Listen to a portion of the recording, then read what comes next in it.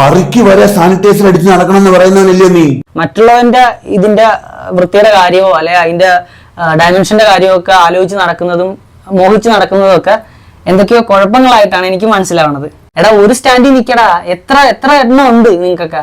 ഒരെണ്ണം ഉള്ളെങ്കിൽ ആ ഒരെണ്ണത്തിന്റെ രീതിയിൽ പെരുമാറുക. അത് വേണ്ട.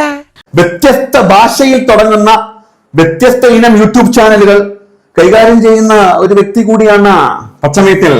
വ്യത്യസ്ത തരം ഭാഷയിൽ വ്യത്യസ്ത യൂട്യൂബ് ചാനൽ ഹാൻഡിൽ ചെയ്യുന്നതിന് ഇയാൾക്ക് വല്ല പ്രശ്നമുണ്ടോ?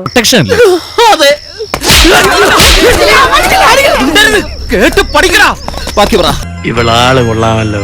Hey girl, what's the best time for a beach cleanup? Hey girl.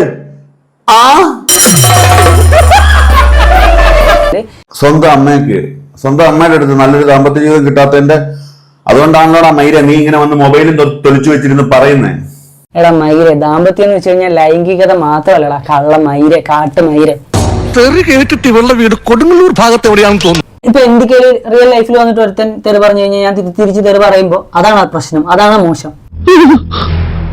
എന്തു വേണം ചെയ്തു, പക്ഷെ ദേഹോപദ്രവം ഏൽപ്പിക്കരുത്. പഞ്ചഭാവോ കണ്ടാൽ മനസ്സിലാവും. എന്നെ മുതലാക്കിയിട്ടുള്ള അണ്ണന്മാരുടെ കണ്ടന്റിനെ ഞാനും മുതലാക്കാൻ പോവാണ്. സിമ്പിളായിട്ട് അവന്മാർ ചെയ്ത് അവന്മാർക്ക് പൈസ കിട്ടാൻ വേണ്ടിയിട്ട് ഞാനും അപ്പോൾ എന്താന്ന് വിചാരിച്ചു കഴിഞ്ഞാൽ എനിക്ക് പൈസയും കിട്ടും, തിരിച്ചു കൊടുക്കാനുള്ള മറുപടിയും പറയാൻ പറ്റും.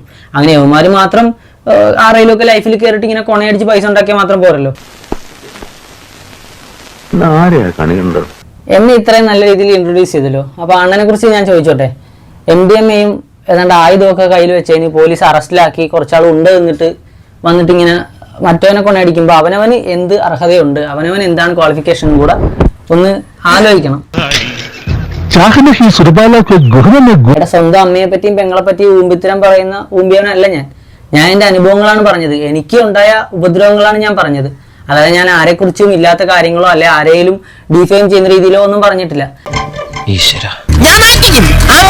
സത്യം ഈ കുഞ്ഞു ബേബിയാ പറയുന്നത്. ഞാൻ പറഞ്ഞ പോലെ താൻ പോയിട്ട് എന്തെങ്കിലും ഒന്ന് ആലോചിച്ച് ചെയ്യാം.